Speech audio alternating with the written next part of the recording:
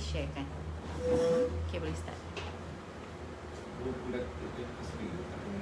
Oh, jangan lancar lagi.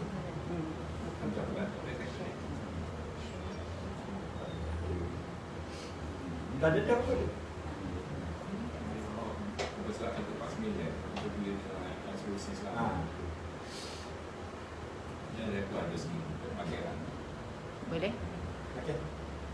Assalamualaikum warahmatullahi. Kita akan mulakan live kita mengimbau sejarah silam, sejarah 43 tahun yang lepas. Dipersilakan Datuk Wan Rahim.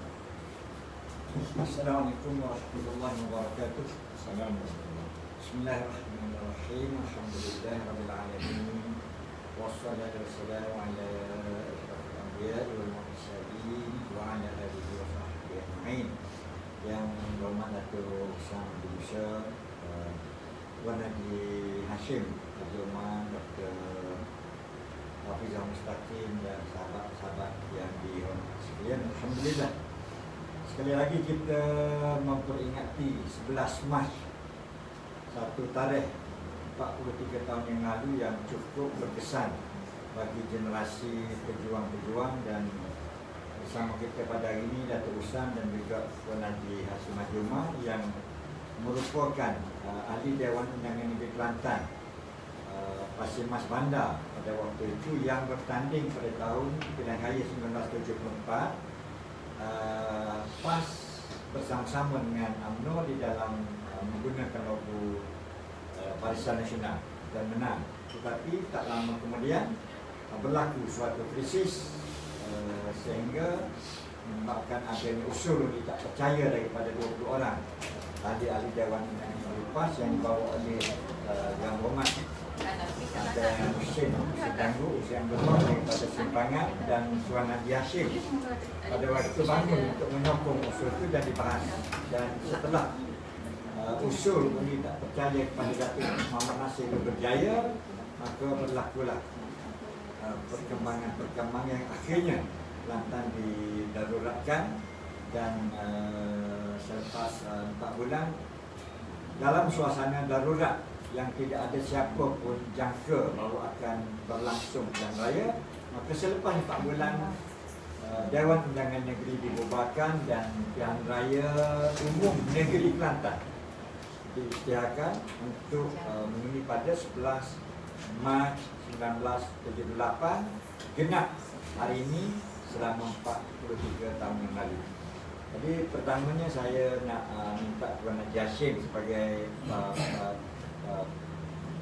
aktor, pelakon, pemain yang terlibat di dalam episod yang ada pada hari itu, yang berakhir dengan ucapan Tan Sri Datuk Muhammad Asri Abdul Muda di Dewan Zulkifli Muhammad pada pukul 11 malam 11 Mac, yang memperakukan kekalahan, dan daripada 36 kursi Dewan Undangan Negeri yang dipertandingkan, PAS hanya dapat menang 2 saja, selebihnya UMNO, MCA dan Berjasa pada waktu itu. Jadi saya nak persilakan Haji Hashim berkongsi dengan kita pengalaman 43 tahun yang lalu. Silakan. Assalamualaikum warahmatullahi wabarakatuh. Hari ini nampaknya secara foto ni saya. Jadi banyak benda-benda yang kuat lah. Kalau lagi banyak tu saya coba kaitkan. Dia peristiwa ini berlaku kerana di dalam parti kita pun berlaku krisis, iaitu masalah pelantikan Menteri Besar. Pada awalnya Menteri Besar ini pihak parti pada perhubungan parti Kelantan mencadangkan Haji Wan Ismail binti Ibrahim dari Pasir Putih, adik kepada Ustaz Wan Sulaiman. Dia ni dicadangkan supaya jadi Menteri Besar di Kelantan. Tetapi ada UMNO mengambil kesempatan tak nak kepada Wan Ismail, dia nak kepada Datuk Nasir. Maka digunakanlah Datuk Nasir ni sebagai apa ni? Sebagai alat untuk dilantik sebagai MD. Lepas tu Datuk Nasir pulanya apabila sudah dilantik sebagai MD, politiknya politik jujur. Datuk Nasir ini terkenal dengan politik Datuk jujur. Jadi apabila dilantik dia terasa bahawasanya yang berkuasa sekarang ni bukan parti. Di sini mulailah orang PAS mulai terasa terpinggir. Kasih sayang pun tak ada banyak. Itu yang itunya semua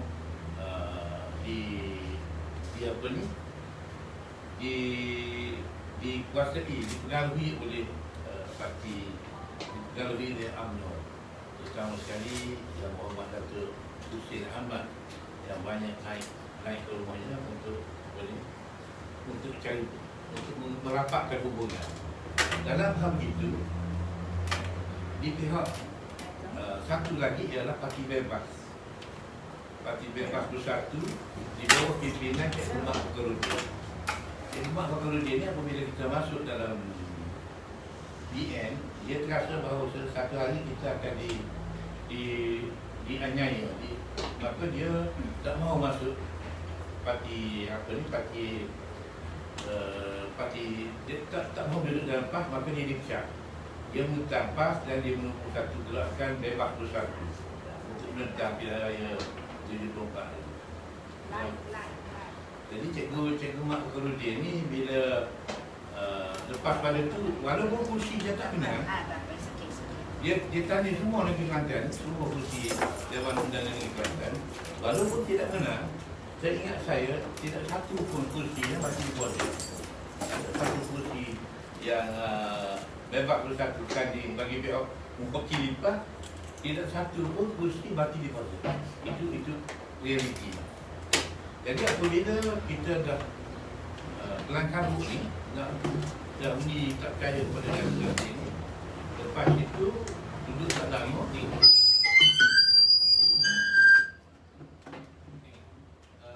Dewan pun duduk tak lama Dewan Undangan Negeri Kelantan ini nak dibubarkan lah. Kalau dah curfew emergency dan sebagainya. Dan di masa Dewan nak sidang, saya masih ingat saya ada di Kuala Lumpur. Masa Parlimen nak itu ulang undang-undang darurat, nak sekarang undang-undang darurat pada pagi itu saya jumpa dengan arwah Cikgu Mak Fakhruddin. Dia bagi tahu kat saya, kata Hashim, mu tutup ke, mu buka ke pintu, mu tutup ke, tak nak bagi aku masuk, ingat. Tak pintu. Aku masuk.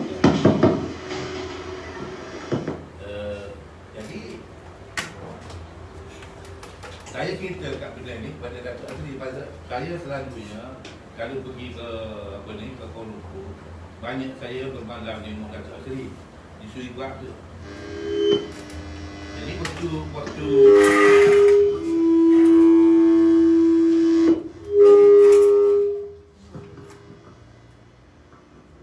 saya ceritakan benda ini kepada Datuk Asri, yang Cikgu Mak nak masuk PAS. Dia tanya saya bagaimana. Saya kata, apa pandangan? Saya kata, tunggu, kita ni tak ada, kita kena kembali balik pada pokok kita asal lah.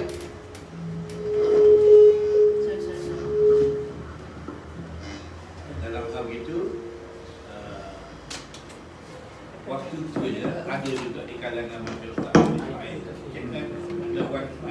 dia sangat bersuka lah. Saya nak cerita dia bagaimana peranan orang tua ni. Dia tidak lawan, dia tidak kata tak boleh. Minta maaf ada gangguan sekejap. Okey.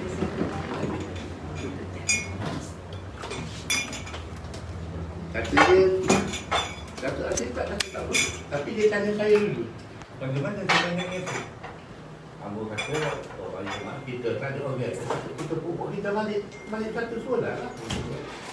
Pagi esok saya pun lepas makan pagi, Dia kecil sikit. Kalau dia tanya saya tu ya, bagaimana dengan cikgu mak ni? Dia nak masuk PAS ni. Tak ada lah, tak ada apa-apa je. Nak ambil siapa dia lagi? Mungkin nak ambil cikgu mak nak kerja apa ni? Jadi lepas tu, wali saya buat nak faham lah. Awal akhirnya, baru dah dia buat keputusan. Kata mana-mana pun kita kena fikir kak, cikgu mak nak masuk PAS tu, kita kena tengok. Jadi cikgu mak minta dia nak masuk PAS ni, jangan dia tidak nak buat peluang dia. Dia nak masuk begitu je. Nak masuk yang tak ada rekod pecah. Tadi banyak pecah kan. Ada. Jadi di situlah sampailah bila kita bawa cikgu mak masuk ke dalam PAS ni, waktu tu Datuk Warah ini pun mulai dah berjinak dengan PAS. Maka dia lah orang yang jadi anak akak pada cikgu mak Abduludin ni dalam segi gerak kerja program propaganda PAS. Dia lah cikgu mak ambil dia lah buat jalan. Di samping tu cikgu mak juga ambil seorang perempuan wanita muslimat daripada Kuala Lumpur, anaknya anak peroka di Selangor, iaitu Hamid Tuah. Anak Hamid Tuah namanya Fatimah Syam. Fatimah Syam pun duduk sini habis tenaga buat kerja, masuk kampung, buat kampung, pergi pasar-pasar Kuala Selatan tu, buat apa ni, buat kempen untuk menghadapi pilihan raya 78 kan? 82. Ya? 82. 82. Jadi lepas pada tu habis kerja ni, Fatimah Syamnya tak ada lah, sejak dia tu lah. Tengok sampai kita kata kita tinggal kita hanya menang 2 kerusi saja, iaitu di Bani Urai dengan Seri. Fadilah di Seri, Wan Yusuf. Wan Dolar, Tok Gau Wan Dolar di Bani Urai. Mulai daripada situ lah, maka kita bergerak lah. Lepas pada pilihan raya tu, Malaysianya sampailah ke tahun 82 apabila bertukar pula program MB nya tu. Jadi alhamdulillah lah, daripada situlah kita boleh apa ni, kita mulai bergerak pada tahun 82 bagaimana yang kita boleh. Saya rasa setakat itulah hak lain tu banyak dah. Datuk boleh apa ni, boleh sambung lah, sebab dia aktivis yang terlibat secara langsung pada waktu. Sekian. Assalamualaikum warahmatullahi wabarakatuh.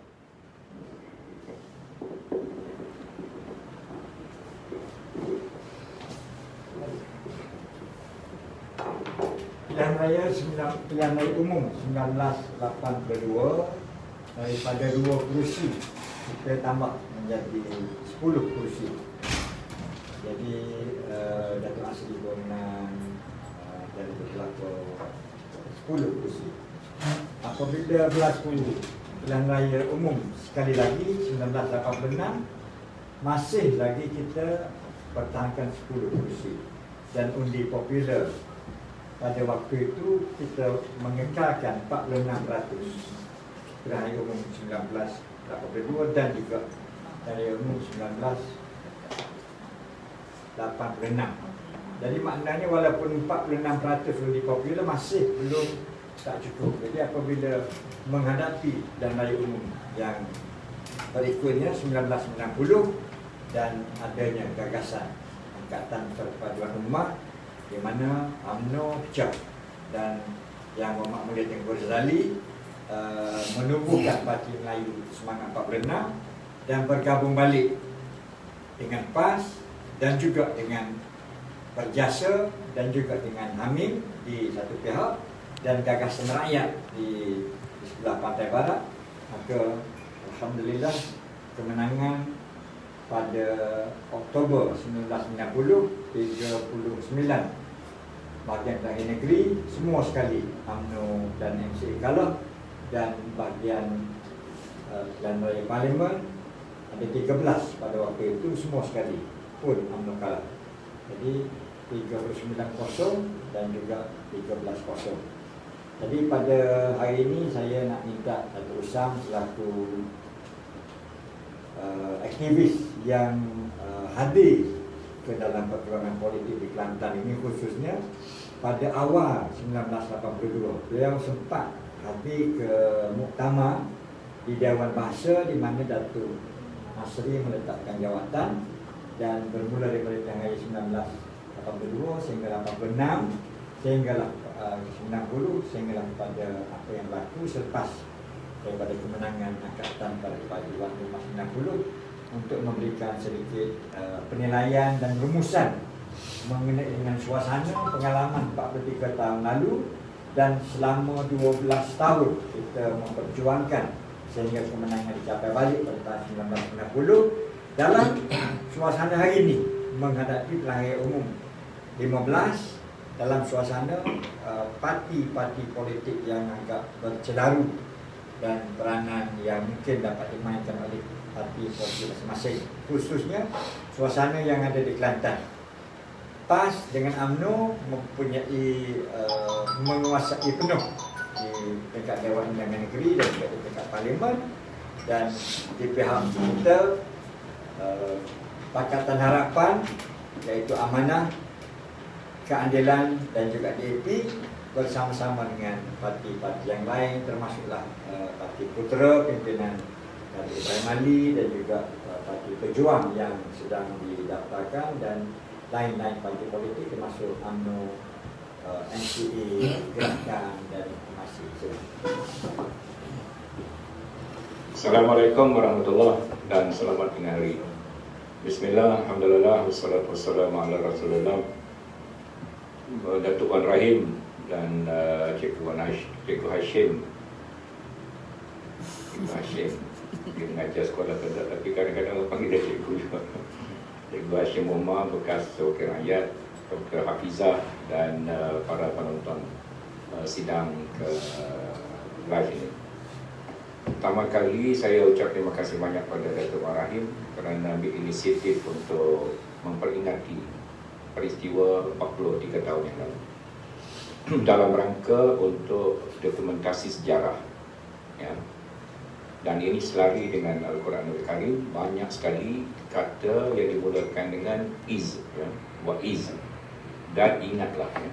Ingatlah dan kenang balik, ya. Dan renungilah, ya. Wa iz qala rabbuka dan lain-lain. Banyak sekali kata-kata seperti ini di dalam Al-Quran yang menunjukkan gerakan untuk manusia memperingati peristiwa yang lalu, khususnya peristiwa-peristiwa agung dan besar yang bersejarah yang boleh dikaji pada masa akan datang, kerana kata bijak pandai, sejarah adalah repeating itself, ya. Sejarah mengulangi dirinya sendiri. Dan kebetulan hari ini 27 Rejab, hari Isra Mi'raj. Dan kita lihat ayat yang pertama surah Al-Isra, Subhanalladzi asra bi'abdihi sampai akhirnya, yang menunjukkan bahawa Al-Quran merekodkan peristiwa-peristiwa penting. Kalau tidak ada rekod tersebut, kita mungkin lupa atau kita mungkin tidak memandang berat dan kita tidak mengambil pelajaran daripadanya. Adapun orang-orang yang take for granted tentang sejarah, itu tak ada masalah, ya. Tetapi apa yang dicakap oleh Haji Hashim sekejap tadi will be recorded. Dia akan dirakamkan dan esok para pengkaji boleh menilai semula first hand, ya, laporan pertama yang terlibat secara langsung.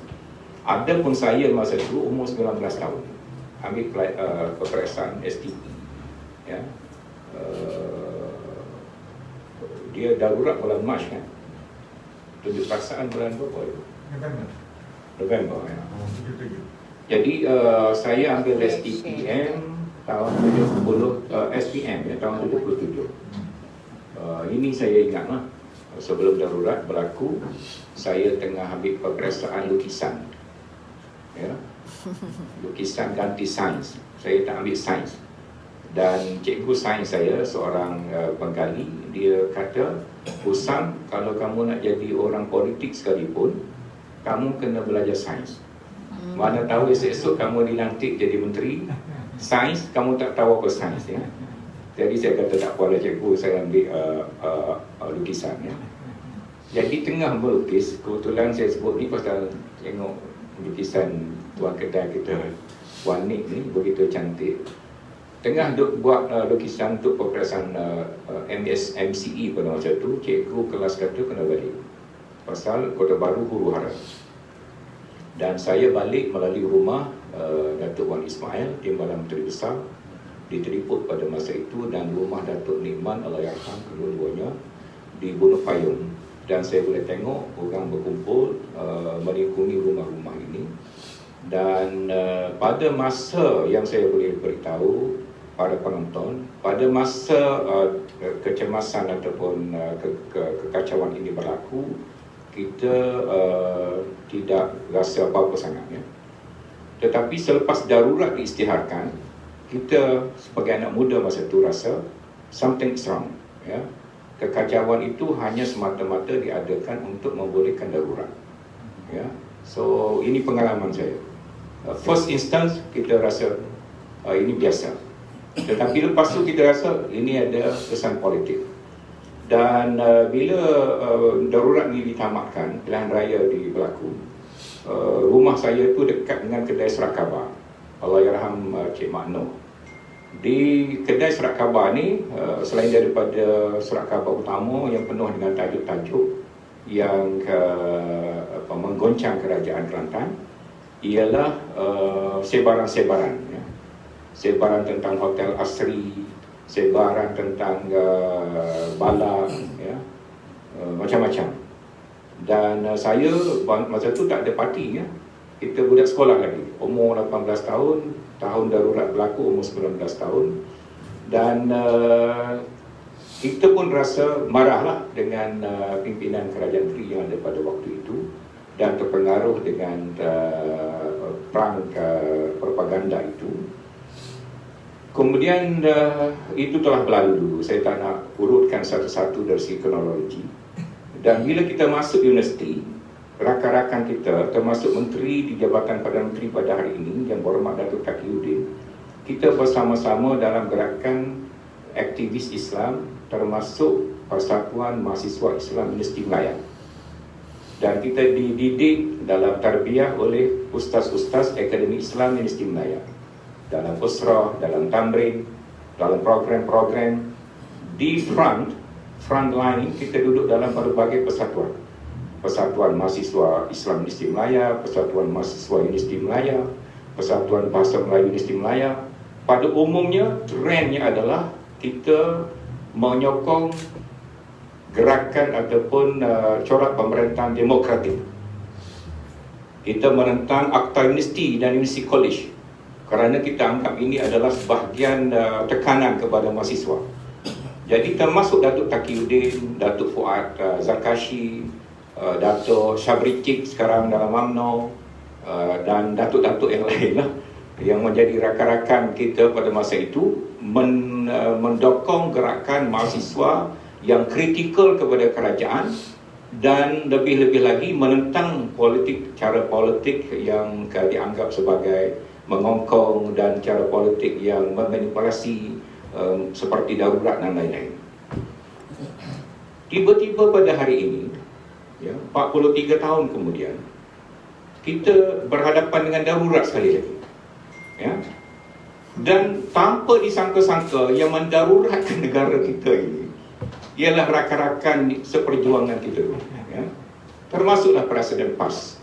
Presiden PAS pada masa dulu membawa kisah Fir'aun yang menekan dan memecah belahkan masyarakat ya, menggunakan kuasa politik to suppress lawan politiknya, Bani Israel. Dan kata-kata ataupun ayat yang selalu digunakan oleh Tuan Guru Haji Abdul Hadi, faqdima anta qadim ya. Inilah ayat yang selalu dia sebutkan. Kamu boleh putuskan secara kejam, secara salah di dunia ini ya. Itu ayat dia. Tetapi hari ini, kumpulan yang kita katakan Islamis ini yang kita katakan nak bawa reformasi dalam politik negara kita, yang kita katakan membawa idealisme yang lebih baik dari segi corak pentadbiran dan pemerintahan. Tiba-tiba di tangan mereka, Malaysia, not just Kelantan, bukan saja satu Kelantan, the whole Malaysia diisytiharkan sebagai darurat. The first impact ialah pasaran saham kita jatuh. Pelabur-pelabur kita lari. Ekonomi kita lebih merudum. Rakyat yang sudah sengsara kerana wabak COVID menjadi 3 kali ganda lebih terseksa. Ya, di tangan siapa?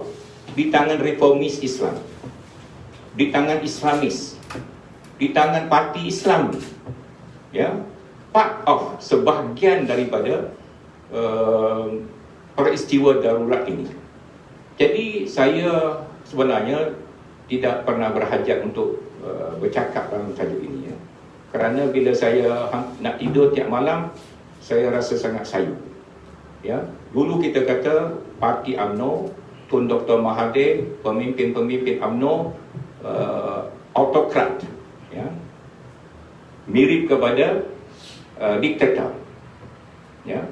Dan parti kita dokong parti Islam kerana parti Islam lebih demokratik, lebih menghormati mandat rakyat, tidak curi kuasa daripada rakyat melalui pintu belakang, walaupun langkah itu dikatakan langkah kanan, ya. Tetapi hari ini kumpulan Islamis inilah yang menjadi barisan hadapan untuk justifikasikan, membetulkan dengan nas-nas agama langkah yang salah dari segi amalan demokrasi ini, ya. Dan kita semua tahu darurat yang diisytiharkan oleh Badan Menteri baru-baru ini adalah darurat politik, sama dengan darurat tahun 78. Ya, darurat itu adalah darurat politik. Dilakukan stage untuk kononnya ada huru hara, maka diisytiharkan darurat. Tujuannya ambil alih kuasa. Dalam kes kita sekarang, darurat ini dilakukan berlindung di belakang COVID. Kemudian kononnya tidak ada gerakan politik boleh berlaku. Parlimen tak boleh bersidang. Padahal kalau parlimen bersidang, bukan semestinya COVID akan merebak. Kerana kita ada SOP yang tertentu, ya. Dan tetapi ini digunakan alasan parlimen tidak boleh bersidang kerana pimpinan Tan Sri Muhyiddin tak cukup majoriti. Ini sangat memalukan. Saya heran macam mana orang PAS macam Tok Guru Haji Hadi, Datuk Taqiyuddin yang dulu adalah vokal dalam Persatuan Pelajar semasa mahasiswa, dulu terjemahkan Islam yang lebih demokratik. Tiba-tiba orang macam ini ditakdirkan Tuhan menjadi sebahagian daripada proses mendaruratkan negara. Saya feel shame, ya. Saya rasa sangat malu, ya. Kalau mereka tidak Islamis, I don't mind, ya. Tapi ini gerakan Islam, membawa image Islam. Adakah Islam menyokong peristiwa darurat sehingga memudaratkan seluruh kehidupan rakyat, bukan saja dari segi politik, dari segi cari makan, dari segi ekonomi, dari segi pelaburan, dari segi peluang kerja, dari segi mengatasi kesusahan mereka. So, mesej saya kepada Datuk Taqiyuddin as a friend, PAS dan Haji Hadi as well. PAS kena tarik diri daripada kerajaan yang sudah tak cukup majority. Just pull back from the government. Barulah image PAS, kedudukan PAS dan sedikit sebanyak kedudukan Islam dapat dipulihkan, ya. Kalau PAS terus-menerus bersekongkol dengan kerajaan yang tak cukup majoriti dengan alasan darurat, bukan saja dikutuk di dunia, tetapi kalau ikut apa yang disebut oleh Haji Hadi dulu, pemimpin PAS dulu-dulu, mereka akan bertanggungjawab di hari akhirat dengan begitu beban yang berat, ya. So please reconsider, Datuk Taqi, please, ya. Kalau nak jadi menteri pun ini bukan cara dia. Haji Hadi, please, kalau nak jadi kerajaan pun this is not the way. Banyak lagi cara untuk anda jadi pemimpin dalam kerajaan, menguasai kerajaan dan jadi menteri, dapat gaji menteri dengan cara yang lebih bersih, dengan cara yang lebih terhormat, dengan cara yang lebih demokratik, dengan cara yang diradai oleh Allah SWT. Sekian, wassalamualaikum warahmatullahi wabarakatuh.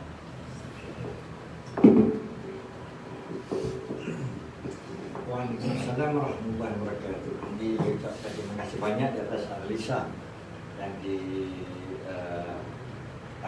oleh Yang Berhormat Datuk Islam Haji Musa, dan sebagai rumusan kepada perbincangan tajuk ini, suasana politik semasa yang ada pada hari ini memungkinkan apa-apa saja boleh berlaku.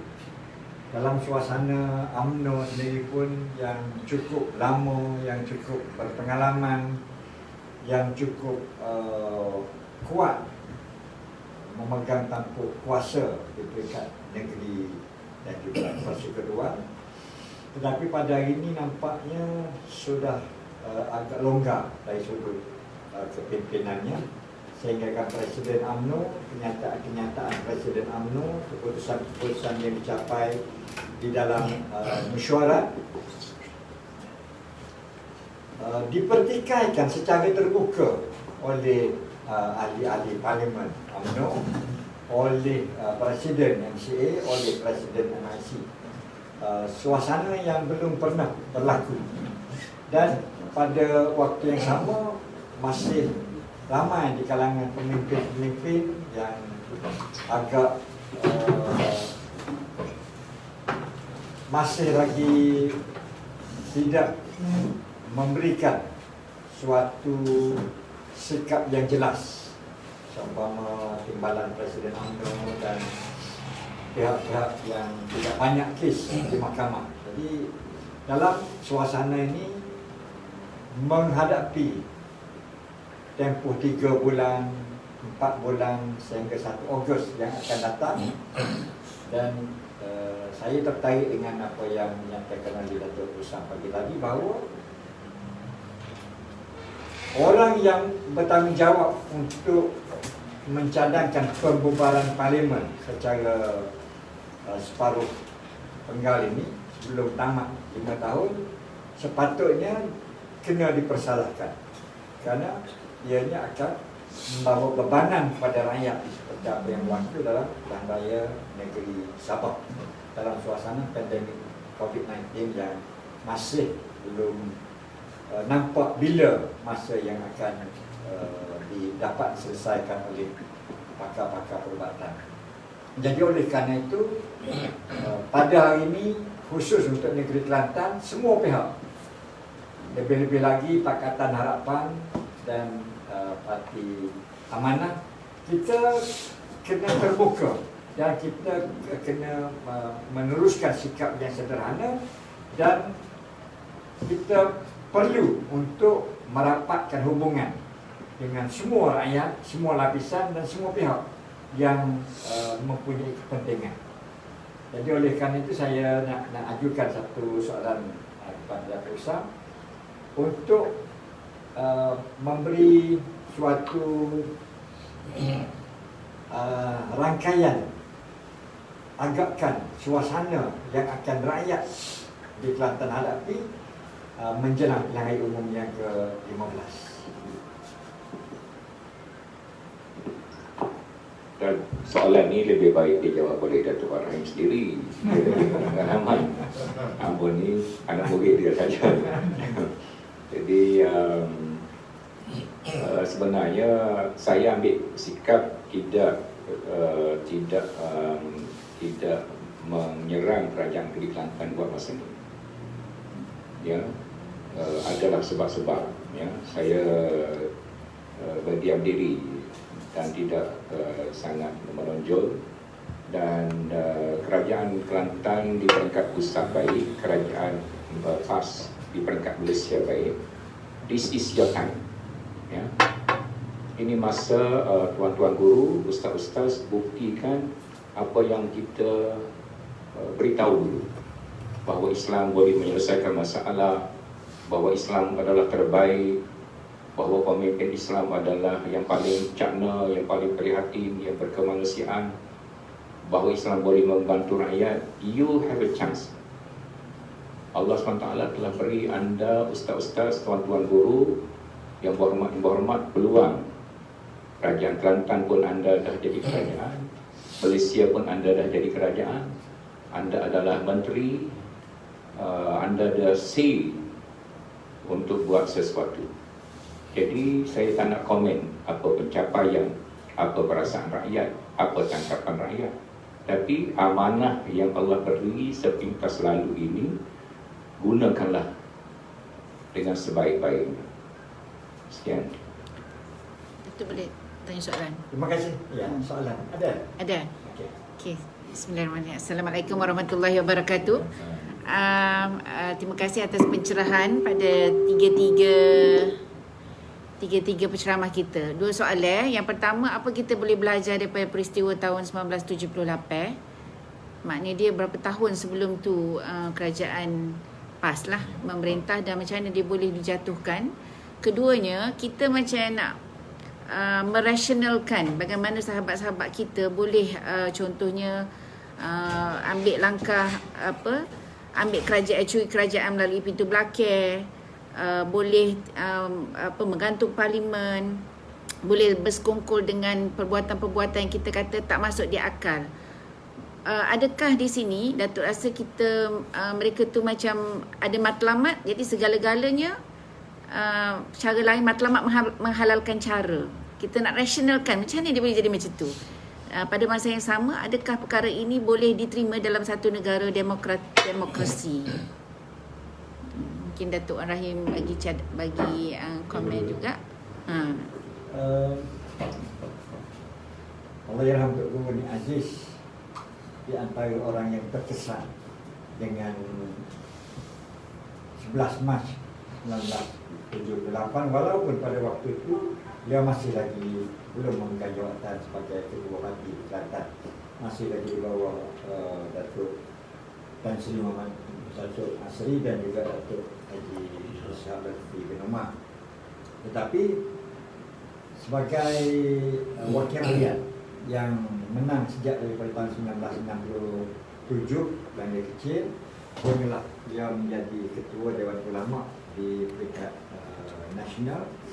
Maka kesan yang dirasai bagaimana PAS dikhianati oleh UMNO dalam gabungan Barisan Nasional memberi kesan yang cukup mendalam, sehingga sampai akhir hujung usianya tetap memperingatkan kami semua supaya jangan percaya kepada UMNO, jangan masuk rakap lubang dua kali. Jangan, sehingga ada yang dia kata siapa yang nak pakat dengan UMNO, kalau lalu mari dekat dia akan luduk muka dia. Memang cukup dia cukup terkesan dan dia cukup marah dan cukup. Saya masih ingat di muktamar 2008 di Ipoh, dia kata kita tak boleh kaki bubuh kaki atas 2 butir perahu, kita kena perkuatkan. Memang dia sampai ke akhir lah kita menerima. Tetapi pihak pimpinan yang ada pada hari ini dalam kerajaan negeri Kelantan tidak banyak berpandukan kepada pesanan-pesanan akhir. Jadi apa yang akan berlaku dalam hari akan datang, kita akan sama-sama saksikan bagaimana persetiaan yang ada, sama ada dalam muafakat nasional ataupun dalam peringkat nasional, yang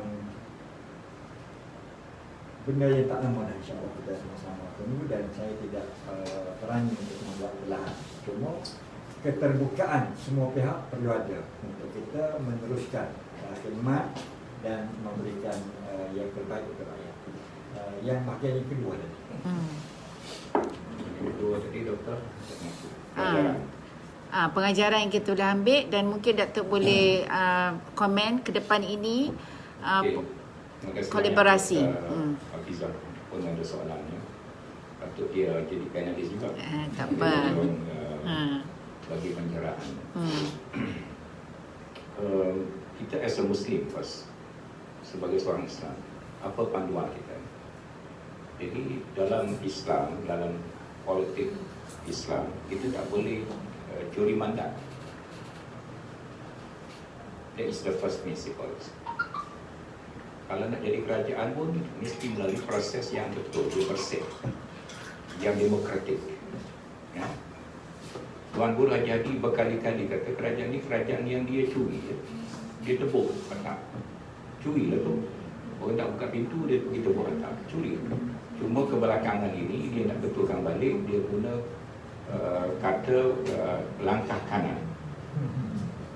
Jadi kalau perompak tu turun rumah, lepas tu dia pergi rompak orang, lepas tu dia kata polis tangkap dia, saya turun langkah kanan. Saya turun, jadi saya langkah kanan. Kebetulan pintu tak kunci, saya masuk, saya ambil harta dia. Dia tidak boleh membetulkan tindakan yang salah. Jadi Tubuh Haji Hadi, dia lebih takut akhirat daripada kita semua. Dia takut dengan neraka, dia lebih tahu hal neraka lebih daripada kita. Dia tahu mandat rakyat lebih besar harga dia daripada segunung emas. Dan banyak hadis Nabi SAW, kalau ambil hak orang, walaupun hanya satu jengkal tanah, akan dikalungkan di lehernya 7 lapisan langit, bumi. Dan kita semua tahu lapisan bumi yang ketujuh adalah galian yang mendidih, ya, boiling, ya, forever boiling, dan itu dikalungkan di leher kita, forever boiling, ya. Jadi walaupun ambil sejengkal tanah, ini lebih daripada berapa juta jengkal. Saya sebagai pengundi, I voted for PA, ya. Saya sampai hari ini saya tak reda. Saya tak reda dengan kerajaan Haji Hadi ini. Ya, saya tak reda dengan langkah pengkhianatan Tan Sri Muhyiddin. Dan Haji Hadi dah mention perkara ini dirancang awal-awal. Sejak mula-mula PH jadi kerajaan, you plan it. You plan for it. Ya, bukan datang sendiri-sendiri. By planning. Ya, you yourself admitted sebelum di pada mahsyar, Tuan Guru Haji Hadi by his own mouth telling the whole world, dia yang plan, part of the planner. You just imagine. Ya. So kita kena konsisten. Prinsip moral adalah sangat penting. Bayangkan mana anak kecil, budak-budak muda yang melihat negara telah kehilangan kompas moral. What going to happen? Ya. Kita bound by law, bound also by morality. Ya. Kalau kita tidak diikat oleh undang-undang, kita masih terikat dengan morality, dengan akhlak, ya. Dan kalau kita dah hilang moral sekalipun, kita terikat dengan hati kecil kita. Banyaklah dulu masa kita dalam PAS disebut, tanya hati kecil kamu, ya. Kalau hati kecil kamu bergetar, itu maknanya perkara ini tidak baik, ya. Dan bagaimana kita ada ikatan di dalam hati kita untuk menolak keburukan. Sekarang bila kita lenyapkan semua ukuran-ukuran morality, legality dan juga consciousness ini, you just imagine what going to happen to our society. Masa akan datang apa akan jadi dengan anak-anak muda kita.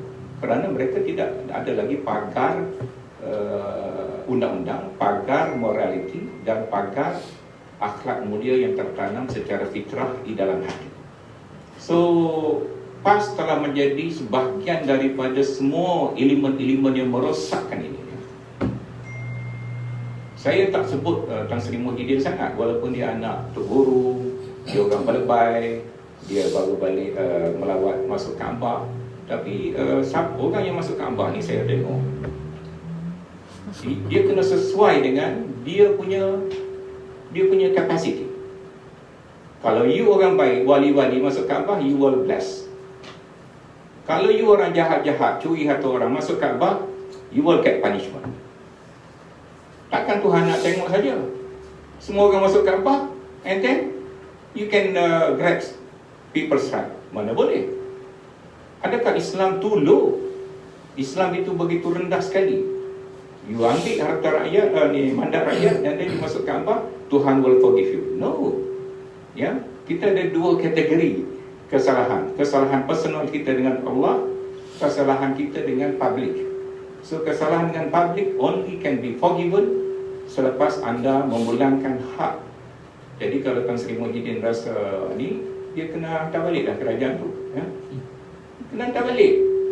Kalau anda kata kita kena menjaga perpaduan Islam, politik Islam, then you hantar balik kerajaan tu pada PH, you sokong PH, ahli parlimen Islam, ramai-ramai form the coalition government yang baru dengan PH sebagai anchor.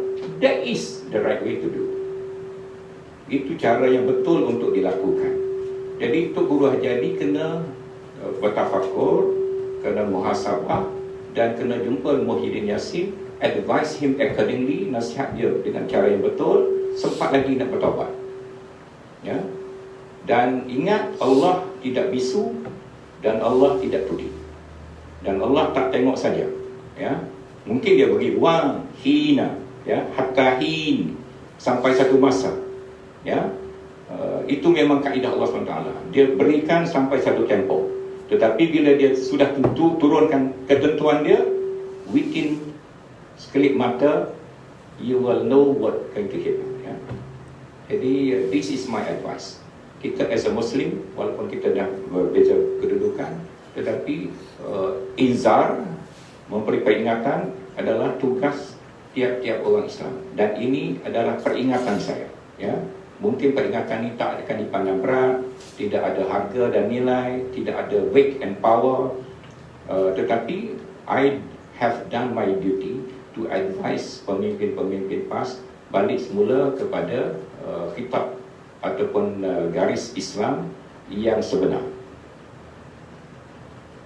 Saya rasa sudah cukup. Dan ya. Ni sebentar Hari Wanita, Datuk, last. Sebab yang kita pun ramai wanita ni. Okey, separuh daripada penduduk Malaysia, penduduk Kelantan adalah wanita, dan wanita memang bekerja keras. Dalam pandemik, wanita yang antara yang paling terkesan daripada semua segi, ekonomi, mentalnya. So far ni, kalau Datuk tengok, ada bagaimana wanita ni dilayan dan juga what can we do better untuk bantu wanita. Kalau tengok daripada sudut politik pun, selama beberapa lama kerusi wanita di Kelantan tak lebih daripada, ada pernah 3 ke? Selalunya 2 out of 45. Apa yang agaknya kita boleh buat lebih daripada sudut pembuat keputusan dan juga melayani wanita kita di masa akan datang? Baik. Di talk forward. Wanita diasosiasikan dengan kelemahannya. Walaupun wanita tu strong, tetapi as a natural keadaan dia, wanita tu ada segi-segi kelemahan. Dan jika sekiranya kita tidak membantu menegakkan keadilan dan kesaksamaan, wanita the first to suffer. Wanita yang pertama akan menerima keadaan yang tidak baik. Misal kita kata dalam masalah perceraian, ya. Perceraian di Kelantan sangat tinggi, ya. Dan kes proses mahkamah sangat lama untuk menuntut proses keadilan, nafkah dan lain-lain.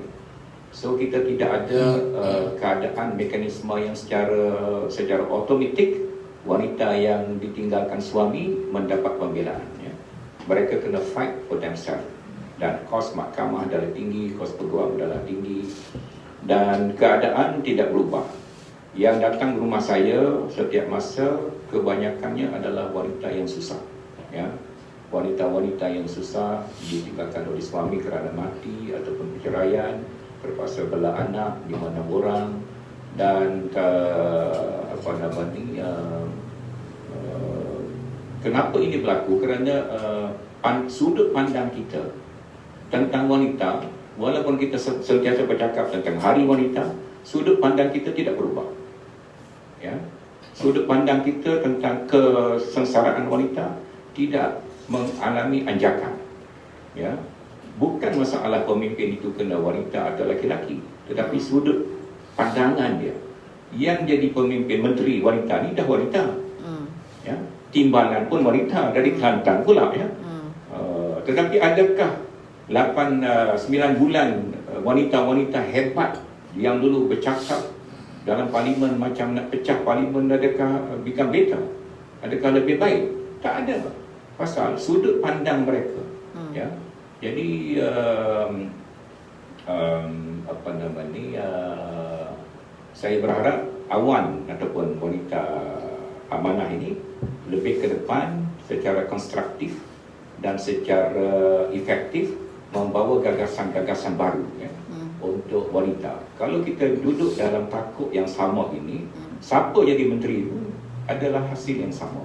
Siapa jadi esko adalah hasil yang sama. Satu sudut pandang yang mempunyai anjakan diperlukan untuk benar-benar meletakkan wanita tidak di sudut mendapat kesan kesengsaraan yang pertama daripada lelaki-lelaki.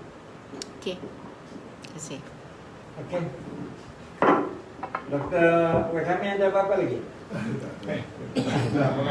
Sedap semua dengar.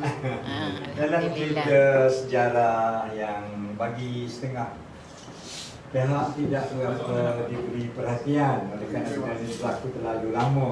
Tapi itulah, saya sebagai orang yang di antara orang yang terkesan dengan ucapan Tan Sri Datuk Muhammad Asri Haji Muda pada pukul 11 malam 11 Mac 1978 sampai ke hari ini masih meraihkan kehadiran 11 Mac pada setiap tahun.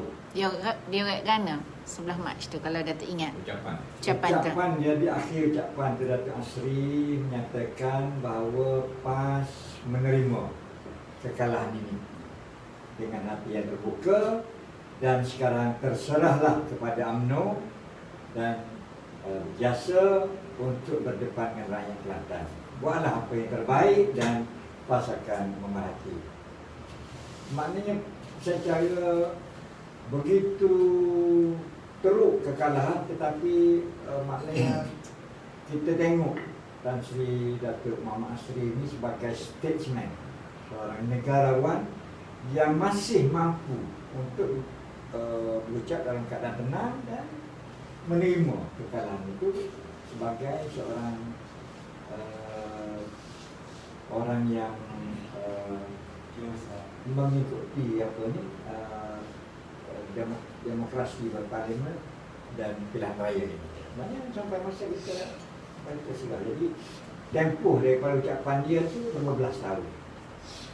2 kali pilihan raya, 82, 86, kemudian 90 tu kalau yang Berduni Aziz berjaya bersama-sama dengan bantuan-bantuan daripada inilah, daripada Datuk Usam sama dengan Ustaz Muhammad Hussein sama dengan Khidari sama dengan Wan Ju, inilah yang baru tamat universiti pada tahap 42 dan 43. Jadi itulah yang menjadi sebagai pemuda-pemuda yang ramai bersama dengan kita. Dan saya masih ingat dalam pada kita banyak bertempat di tingkat 3 Dewan Zulkifli Jalan Datuk Pati itu. Dan Datuk Usam ni di antara orang yang memang dia terlalu kagum dengan Datuk Jadi. Dia kadang-kadang saya pada waktu itu mengajar di Pulau Condong sekali dengan Allahyarham ayah dia. Tapi dia ambil motosikal buruk ayah dia tu daripada Kota Baru naik motosikal sampai ke Russia 100 batu. Dengar tu jadi. Kita bawa ayah pada mak bawa orang dia pergi. Jadi dia tu itulah maknanya. Tak apalah, kita putaran masa. InsyaAllah. Saya ucapkan terima kasih banyak. InsyaAllah kita jumpa lagi tahun depan. Wabillahi taufiq wal hidayah. Assalamualaikum warahmatullahi wabarakatuh. Assalamualaikum warahmatullahi wabarakatuh.